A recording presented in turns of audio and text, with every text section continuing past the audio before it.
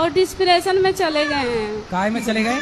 पता नहीं, दवाई बिना खाए सोते नहीं है। नहीं, कहाँ चले गए फिर बताओ? डिस्प्रेशन में। Depression, depression. हाँ।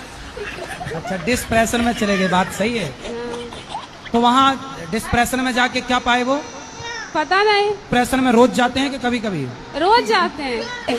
और ये डिस्प्रेशन बहुत बुरी चीज है।